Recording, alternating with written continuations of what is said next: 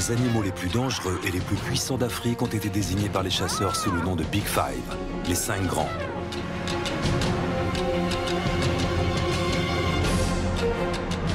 En Amérique du Sud, 5 espèces sont emblématiques de la faune sauvage.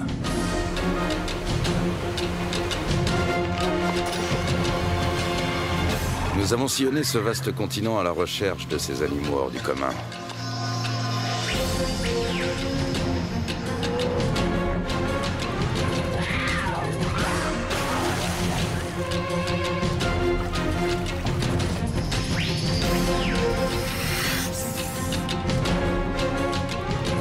Des guides expérimentés nous ont amenés jusqu'à eux pour mieux vous les faire découvrir.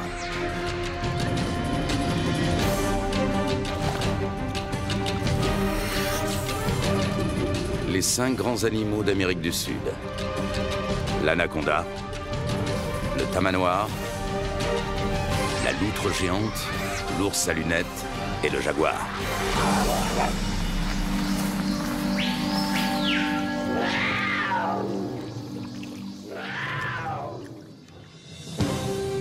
À l'époque où les safaris étaient synonymes de chasse pour quelques privilégiés, il fallait plusieurs semaines pour allier l'Amérique du Sud depuis l'Europe. Désormais, cela prend à peine une journée en avion. Direction le sud du Brésil, sur la piste d'un magnifique prédateur.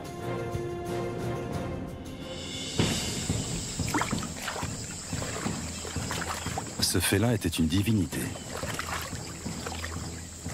Sentinelle du monde de l'au-delà, il en ouvrait la porte aux âmes des défunts.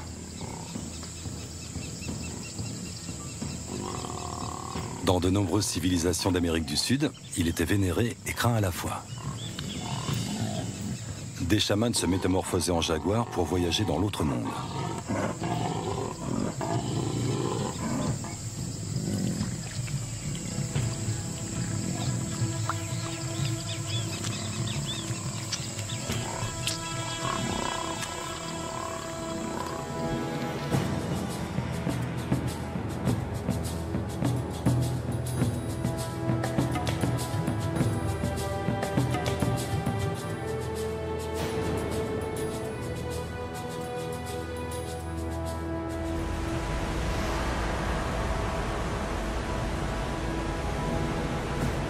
Garganta do Diablo, la gorge du diable.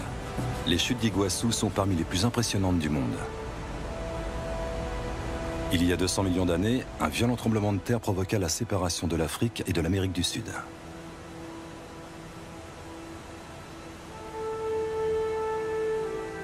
Il donna naissance à des falaises basaltiques de 70 mètres de hauteur.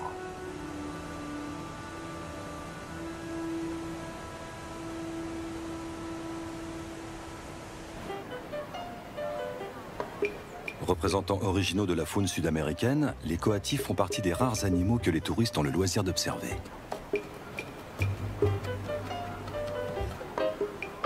Lorsqu'ils n'ont plus de reste à grappiller, ces habiles grimpeurs retournent dans l'arbre voisin.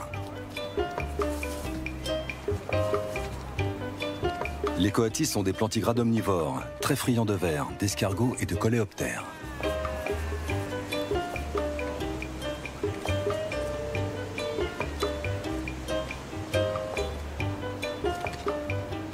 Mais leur recherche de nourriture ne se limite pas à la chasse aux insectes. Le contact avec les humains fait partie d'une stratégie bien rodée.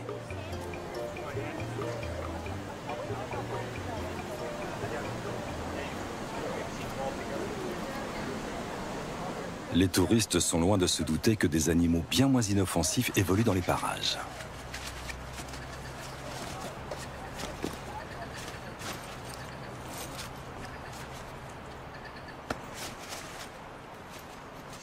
Des chercheurs du parc national sont logés à proximité des chutes d'Iguassou. Un jour, ils ont reçu une visite inattendue.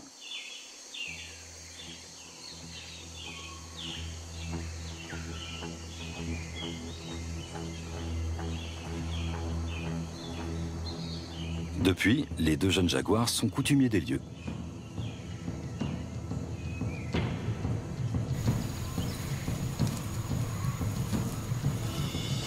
Les 2 mâles semblent être en confiance. Un piège a été aménagé par des chercheurs.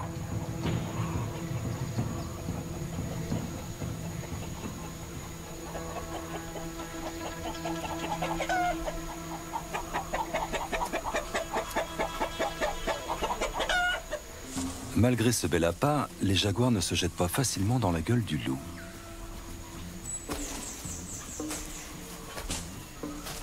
Pour les chercheurs du projet carnivore, les deux jaguars posent un défi de taille.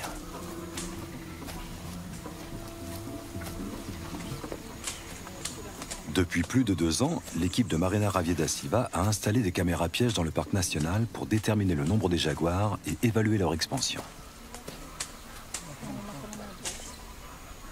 Pour l'instant, la priorité est de repérer les deux jaguars.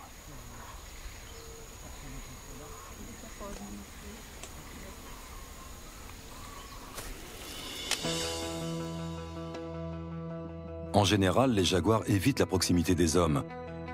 Si une confrontation devait avoir lieu, elle pourrait être fatale.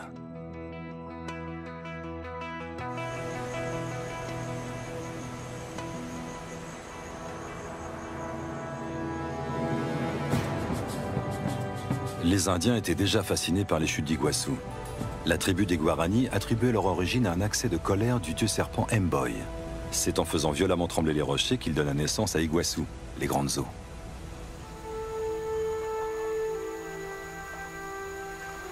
Ils avaient le plus grand respect pour le jaguar et le considéraient comme l'animal le plus féroce de la jungle. Il serait né de l'union d'un démon femelle avec son propre fils.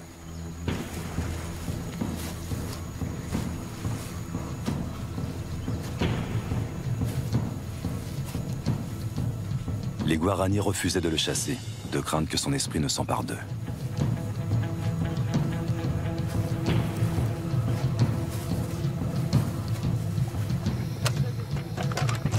Quant à nous, nous nous efforcerons de le filmer dans son univers naturel, le jaguar étant l'un des 5 grands animaux d'Amérique du Sud.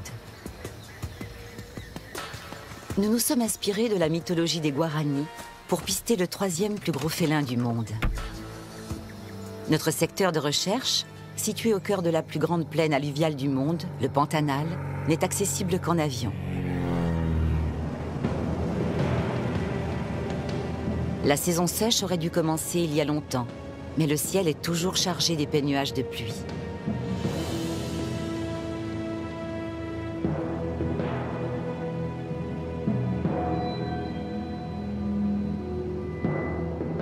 Les inondations vont contrecarrer notre projet et rendre difficile l'atterrissage.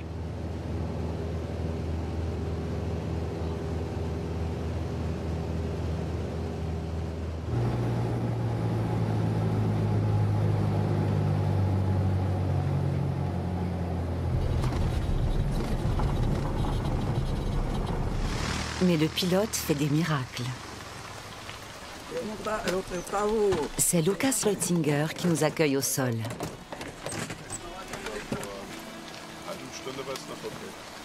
D'origine suisse, il dirige depuis quelques années la ferme qui va nous servir de quartier général pour les semaines à venir.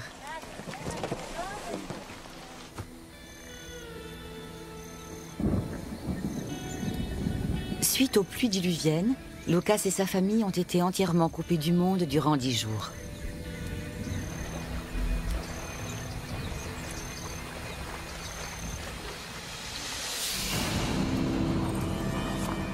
Lucas est biologiste. Soucieux du bien-être de la faune sauvage, il laisse à l'état naturel près de la moitié de sa propriété de 11 000 hectares.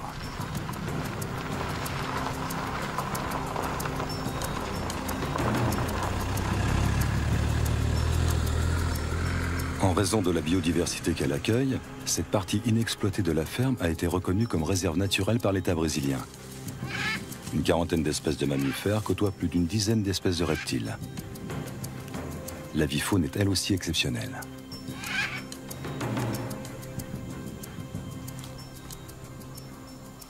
Les capybaras sont les plus gros rongeurs du monde.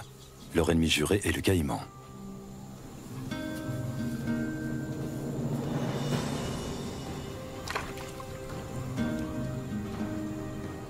Plusieurs de ces espèces ont frôlé l'extinction, chassées pour leur peau ou leurs plumes, comme les haras hyacinthes.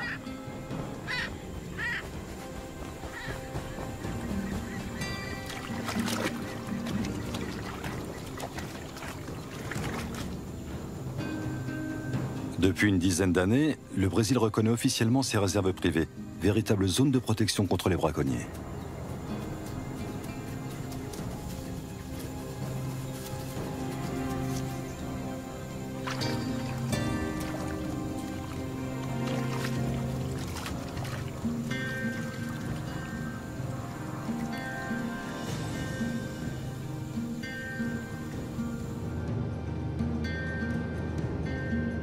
La ferme de Lucas Leutzinger est située au cœur du Pantanal, une mosaïque de forêts et de marais s'étendant sur plus de 200 000 km².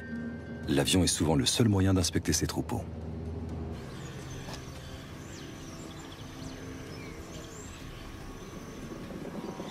Ces vaches appartiennent à la famille des zébus et sont originaires d'Inde. Ce sont des animaux robustes et en grande partie autonomes, mais qui nécessitent une surveillance ponctuelle.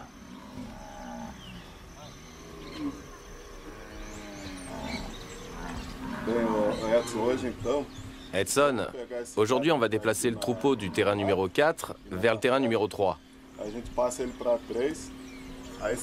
Tu le conduiras ensuite dans le numéro 2 en passant par l'arche. Pour le dernier tronçon, il faudra faire traverser le troupeau à la nage. Ça ira?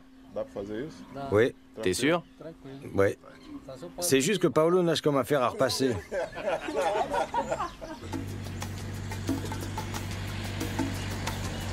Lucas fait régulièrement le tour de ces terres à la recherche de cadavres d'animaux.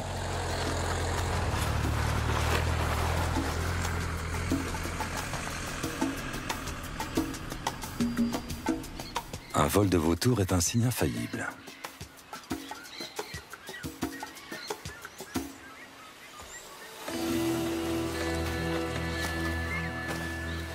Il ne reste plus grand-chose du capybara.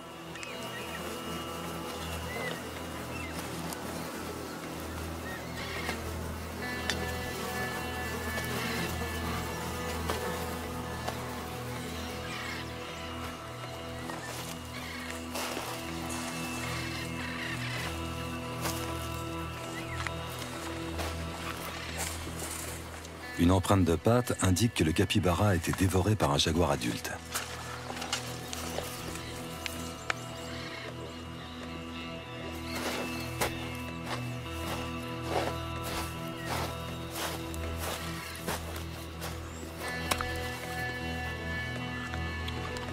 Ces traces appartiennent probablement à une femelle puma et à son petit.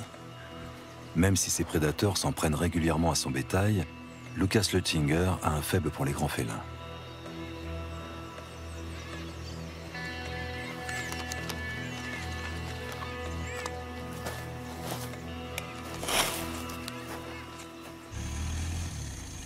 En novembre 2008, il a noué une relation très particulière avec l'un d'eux. À l'époque, il travaillait comme biologiste avec des spécialistes des jaguars. Il avait capturé une femelle et l'avait équipée d'un émetteur.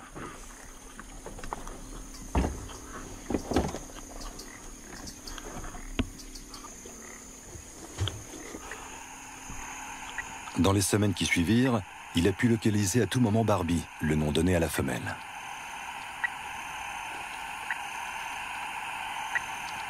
Barbie était pleine lors de sa capture. Sur ces images, le petit à ses côtés est âgé d'un peu plus d'1 an.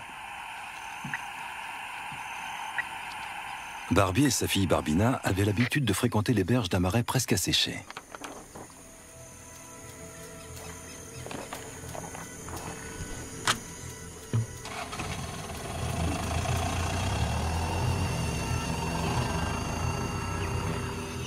Au printemps 2010, le signal de l'émetteur resta fixe plusieurs jours. Lucas dut se rendre à l'évidence. Barbie était morte.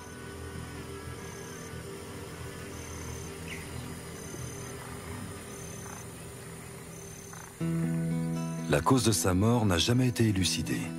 Les urubus noirs et leurs comparses ailés n'ont rien laissé du jaguar, hormis le collier émetteur et des os rongés.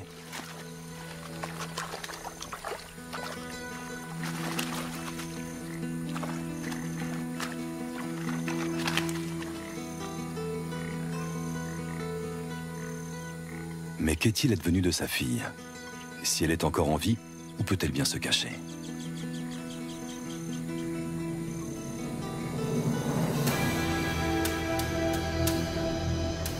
La nuit, la lumière du projecteur détecte la présence d'un animal dans les fourrés.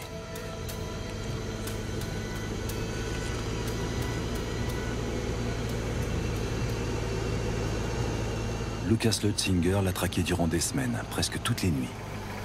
Cette silhouette pourrait bien être celle d'un jeune jaguar.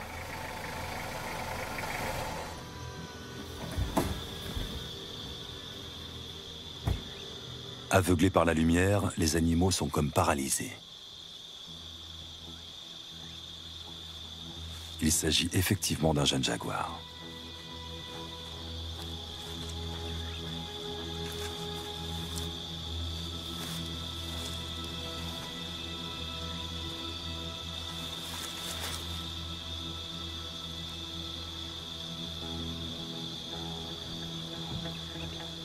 C'est bien Barbina qui le regarde droit dans les yeux.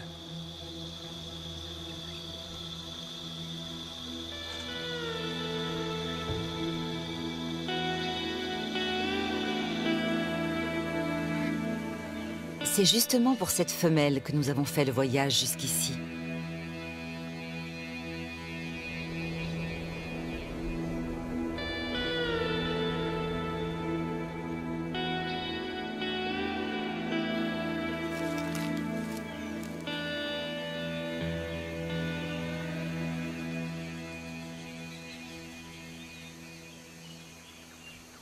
Nous allons devoir traverser une vaste zone inondée, et ce n'est pas un mince obstacle.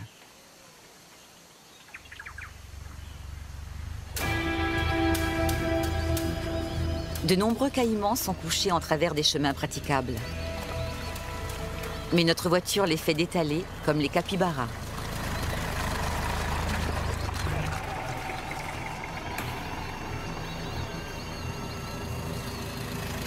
Notre guide Fernando a l'habitude des pistes impraticables. Et pourtant... On ne peut pas aller plus loin, c'est trop boueux.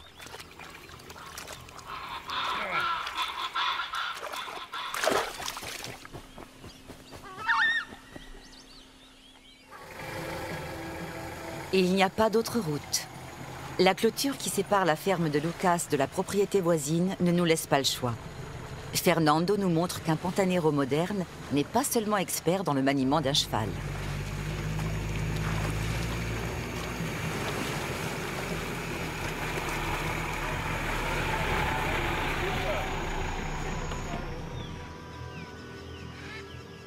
Dans le Pantanal, les pumas sont beaucoup plus répandus que les jaguars, mais tout aussi difficiles à filmer tant ils sont farouches.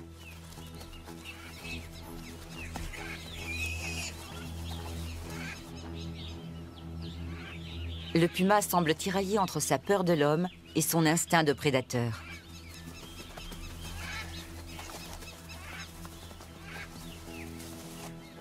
Finalement, il choisit de se mettre à couvert.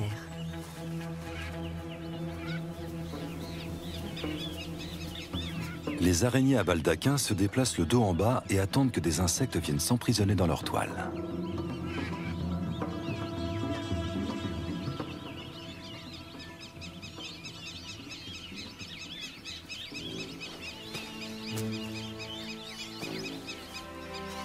Les tamanoirs sont d'excellents nageurs. Mais ici, ils prennent un risque. Les femelles caïmans avec des petits sont très agressives.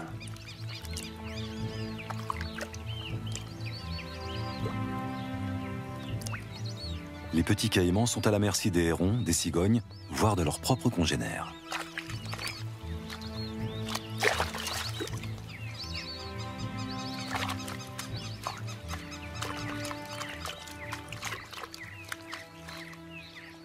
Dans le Pantanal, le cheval est resté le principal mode de transport. Chaque fermier élève sa propre race hybride. Barak est l'étalon de Lucas. Les juments et les poulains le suivent en toute confiance dans l'eau profonde, malgré la présence de serpents venimeux.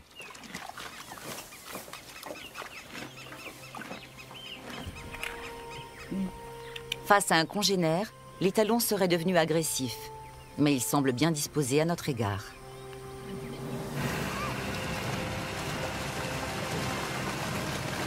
La route est encore longue.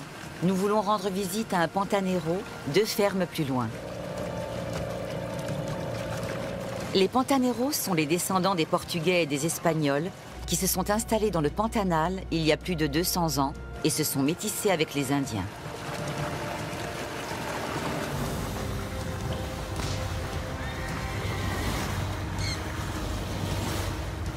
Lorsque la chasse aux jaguars et aux pumas était encore autorisée, chaque ferme ou presque avait parmi ses employés un pantanero, spécialement affecté à cette activité.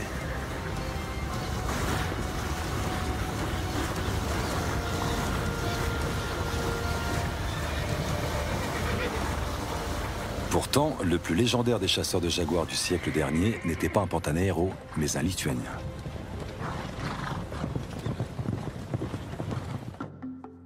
Sacha Zimmel a même fait filmer ses exploits. Il commençait par chercher la piste du félin avec des chiens. Un Pantanero lui avait appris à se servir d'une sagaie, un javelot de 2 mètres de long. En 1925, Sacha Zimmel tua son premier jaguar.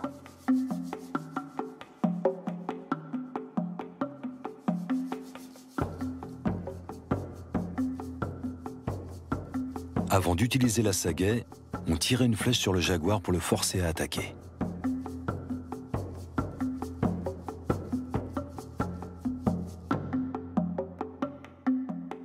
Blessé et cerné par une meute de chiens, le malheureux félin n'avait aucune chance.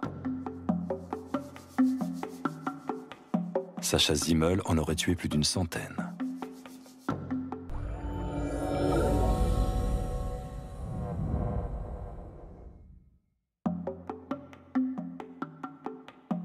Mais la plupart des Pantaneros chassaient au fusil. Alvin Calvis Bica a connu cette époque.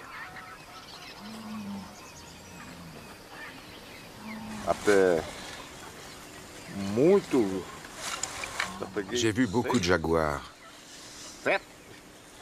J'en ai capturé 6 ou 7 et une dizaine de jeunes.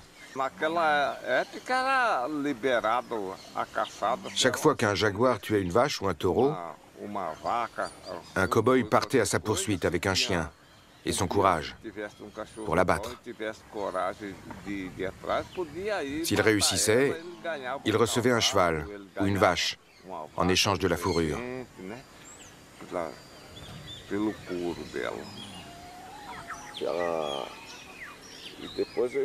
Et de retour chez lui, il faisait rôtir la chair du jaguar. Ça se mangeait? Oui, ça avait un goût de porc. C'était délicieux.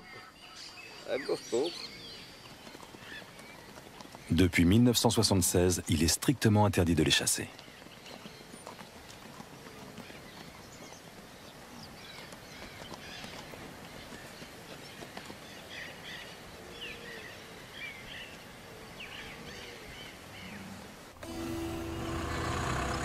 Fernando, tu m'entends? Affirmatif. Vous êtes où? On est sur la route de Caranda, on va à la baie aux Caïmans. T'as vu des traces? Des traces de jaguar? Oui. Non, j'ai rien vu. Celui qui a vu quelque chose, c'est Paolo hier, du côté de Tapera. Avec Lucas, nous cherchons le meilleur endroit pour installer une caméra à vision nocturne. C'est incroyable. Ce sont des empreintes de jaguar. Il est passé par là il y a au moins 2 heures. Peu avant la tombée de la nuit, nous pouvons enfin installer la caméra près de l'endroit où Lucas a relevé des traces.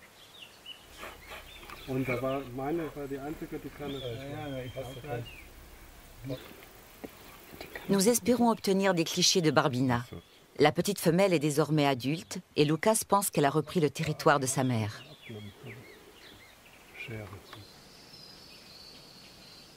Nous ne pourrons régler le projecteur à infrarouge de la caméra qu'une fois l'obscurité complète. Comme chaque soir, nous sommes assaillis par les moustiques dès que le soleil disparaît derrière l'horizon. Caméra et projecteur sont en place. Nous retournons à la ferme. Conduire de nuit à travers les îlots de jungle est une expérience troublante.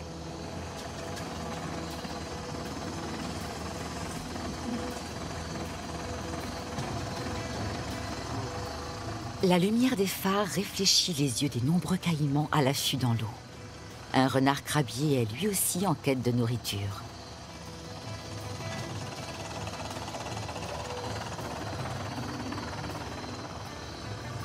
Une famille de capybaras a élu domicile à proximité de la ferme.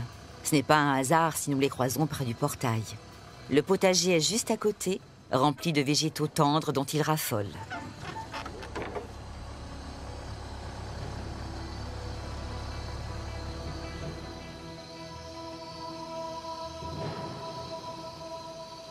Pendant ce temps, notre caméra attire un curieux.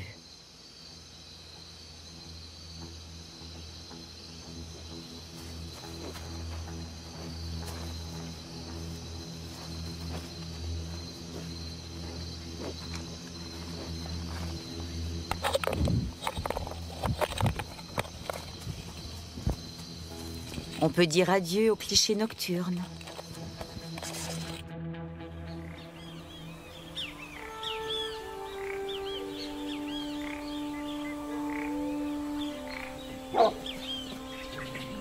Dernier préparatif. Les chiens sont surexcités. Ils sentent déjà la piste qu'ils vont suivre.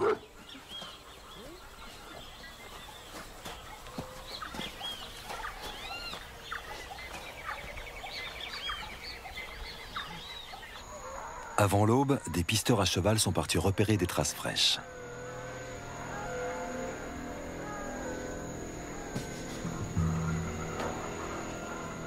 Objectif, capturer Barbina et l'équiper d'un collier émetteur. Mais ces traces s'arrêtent souvent au bord de l'eau.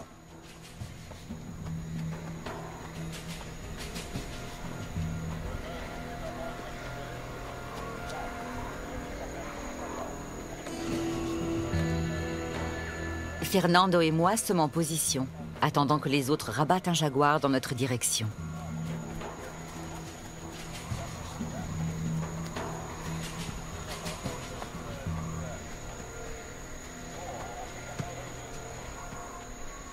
Fernando a déjà participé à plusieurs battues, mais elles n'ont débouché qu'une seule fois sur une capture, celle de Barbie. On fait intervenir les chiens une dernière fois.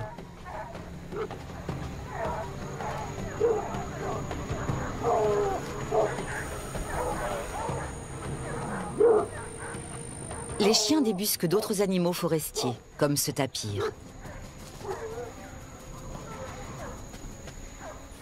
Les jaguars étant d'excellents nageurs, Barbina s'est sans doute enfuie depuis longtemps par les étangs. Mais nous sommes décidés à ne pas abandonner nos recherches.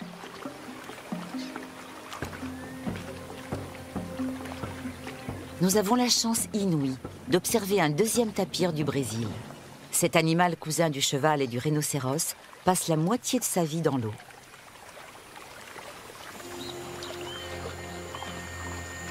Les chevaux de Lucas sont habitués à marcher dans l'eau profonde. Sur leur dos, nous ne craignons personne, pas même un caïman. D'ailleurs, les bêtes les plus dangereuses sont les serpents.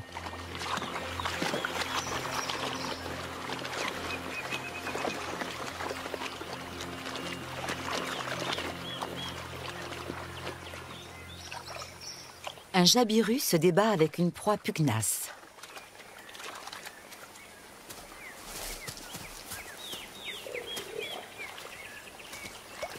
Ce que nous avions d'abord pris pour un serpent est une anguille.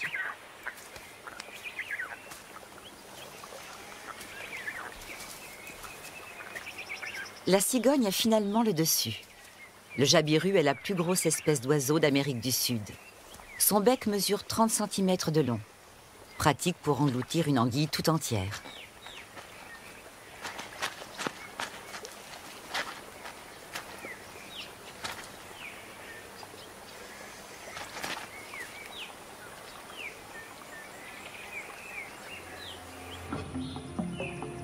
Les jaguars fréquentent parfois les parties asséchées des berges du Rio Negro.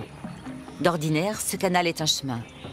Cela prendra un certain temps avant qu'il ne soit de nouveau praticable.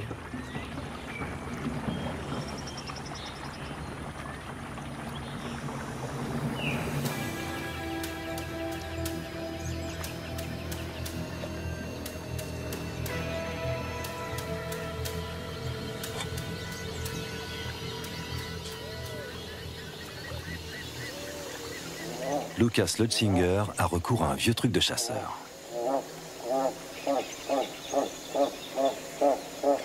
Il s'assoit dans le bateau, car l'opération n'est pas sans risque.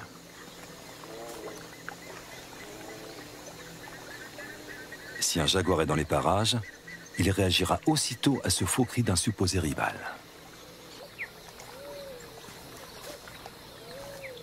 Le Nandou ne panique pas. Il ne peut se fier qu'à ses yeux et à sa vélocité.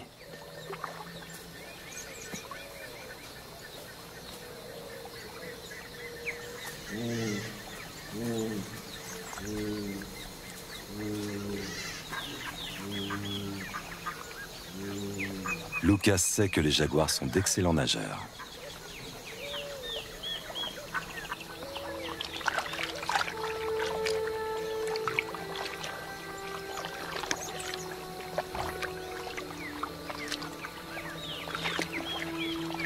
La majorité des animaux du Pantanal sont parfaitement adaptés à la vie dans les zones inondées.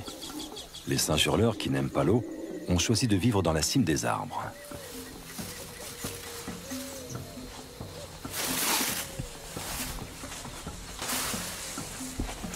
Si nous voulons trouver des traces, il faut se concentrer sur les îlots de forêt au sec, où Lucas Leusinger a installé des caméras pièges.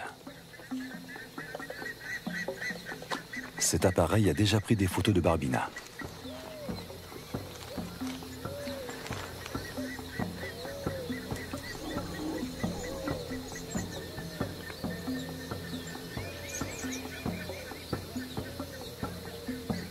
Sauf erreur, il devrait s'agir de Barbina. L'appareil s'est déclenché toutes les secondes. La femelle était pressée.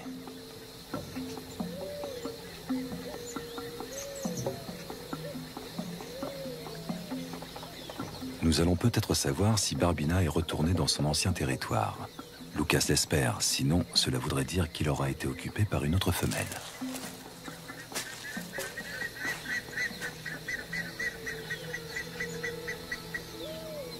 Les jaguars, aussi bien les mâles que femelles, se battent pour leur territoire. La mère de Barbina a très bien pu mourir au cours d'un combat avec une rivale.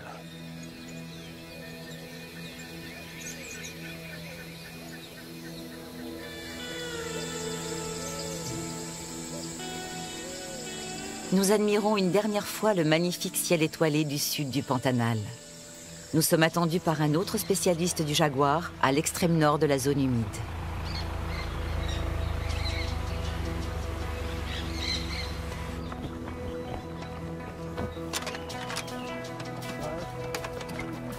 Nous passerons les prochains jours sur un bateau qui nous conduira jusqu'au secteur de recherche de Douglas Trent.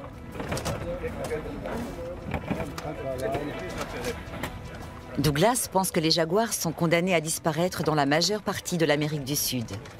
Selon lui, seul le Pantanal offre un territoire assez vaste pour accueillir les grands félins.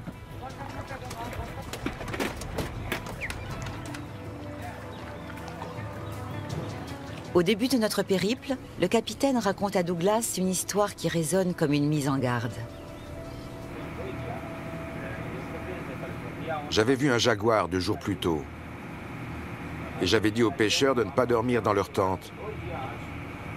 Ils sont quand même allés pêcher. Ça s'est passé à 6 heures du soir.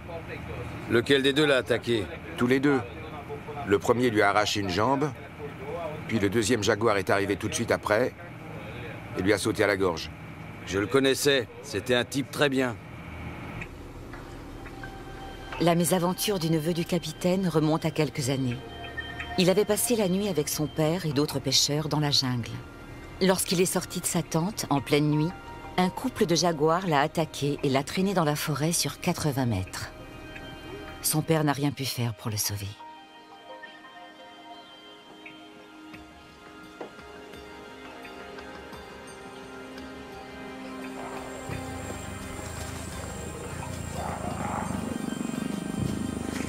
Les jaguars sont des solitaires. Mâles et femelles ne se côtoient que pendant la saison des amours. Ils sont alors très excités et parfois agressifs. L'accident aura résulté d'un malheureux concours de circonstances.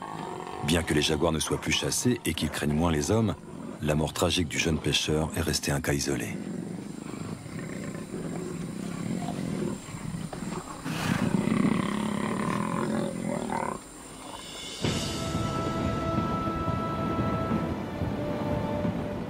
Nous avons voyagé toute la nuit sur le Rio Paraguay, en direction du sud.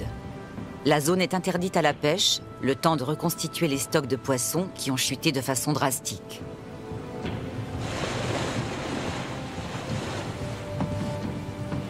Nous poursuivons notre chemin jusqu'à la réserve de Tayama, à bord du canot rapide de Douglas. Seul le hors-bord à fond plat nous permettra d'explorer les ramifications d'un bras du Rio Paraguay.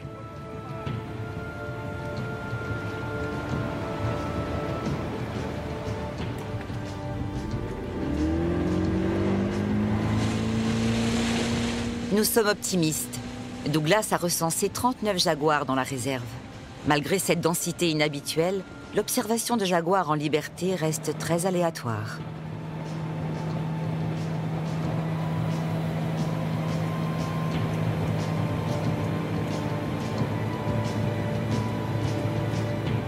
La réserve de Tayama, d'une superficie de plus de 11 000 hectares, est une des plus anciennes zones protégées du Pantanal. Selon Douglas, elle ferait office de territoire de transit.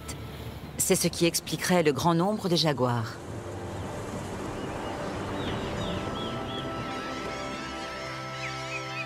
Les premiers bancs de sable émergés ont été pris d'assaut par les sternes à gros becs et les becs en ciseaux noirs.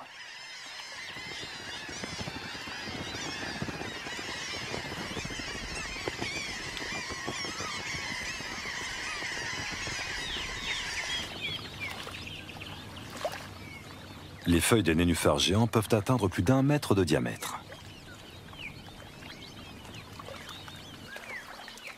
Les fleurs ne s'ouvrent que durant 2 nuits consécutives. La journée, elles restent fermées. Un jaguar, un jaguar. C'est un couple de jaguars. Dans la réserve de Tayama, ils se déplacent d'île en île en nageant, des conditions qui les avantagent pour chasser.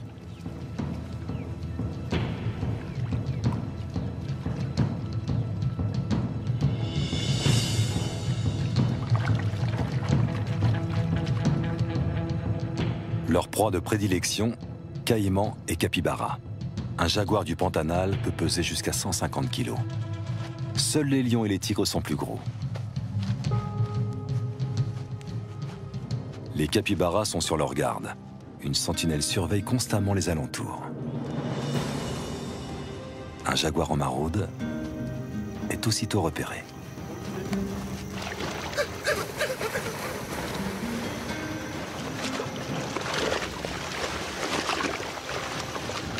Sauf qui peut général.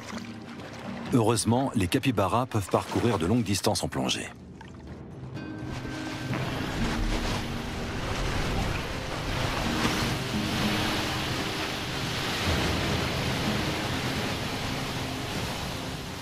Et un jaguar n'est pas équipé pour tuer sous l'eau.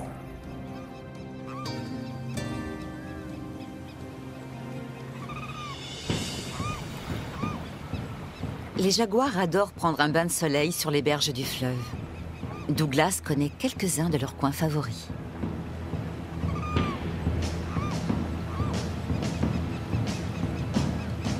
Grâce aux photos, Douglas pourra l'identifier plus tard. Il sait déjà que c'est une femelle.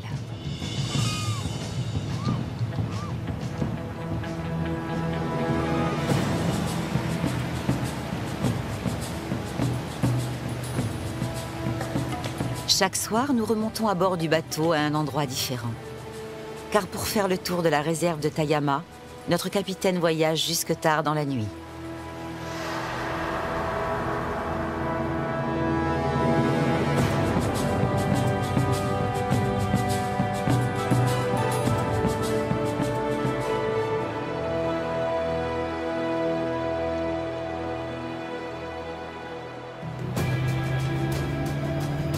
Le lendemain, nous repartons en chasse dans l'espoir d'observer un nouvel individu. Si possible, un de ceux que Douglas n'a pas encore photographié.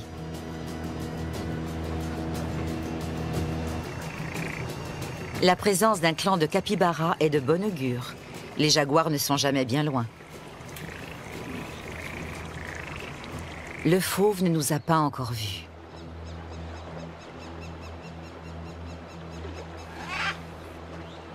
Douglas croit le reconnaître. Chaque individu possède des marques distinctives sur sa fourrure.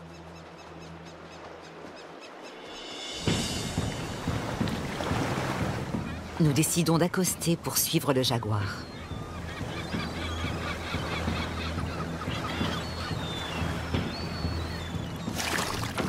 Même Douglas ignore comment l'animal réagira s'il se sent menacé. Pour rappel, un jaguar est capable de transpercer le crâne d'un bœuf d'un seul coup de dent. Douglas nous conseille de rester groupés.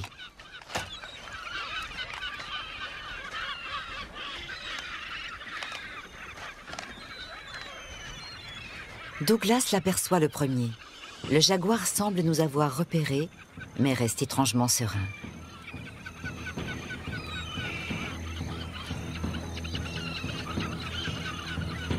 Le félin nous scrute de son regard intense pour évaluer la menace potentielle que nous représentons. Et là, surprise. C'est une femelle avec 2 petits. Combien de temps tolérera-t-elle notre présence? Il lui faudrait moins de 5 secondes pour nous atteindre.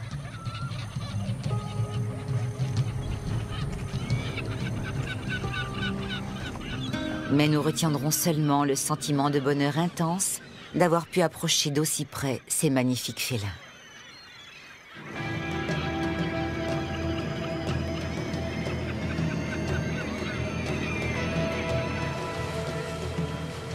Le jaguar n'a rien à envier au lion ou au léopard en termes de gabarit, de férocité ou de majesté. Et il a amplement mérité sa place parmi les 5 grands d'Amérique du Sud.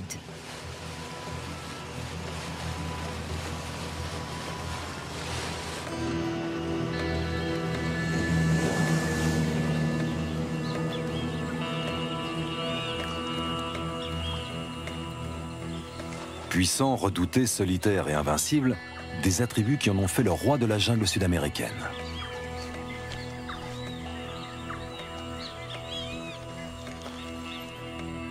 De nombreux peuples indiens vénéraient le jaguar comme un dieu. Aujourd'hui, il a besoin d'être protégé. Même si sa cause est défendue par de nombreux scientifiques, il faudra encore du temps pour assurer aux plus grands félins du continent sud-américain un avenir sûr et prospère. Demain, après une longue et périlleuse expédition dans les montagnes de l'Équateur, nous aurons la chance d'observer l'ours à lunettes, très redouté des paysans. Mais pour l'heure, allons voir ce qui se passe dans le monde avec Arte Journal.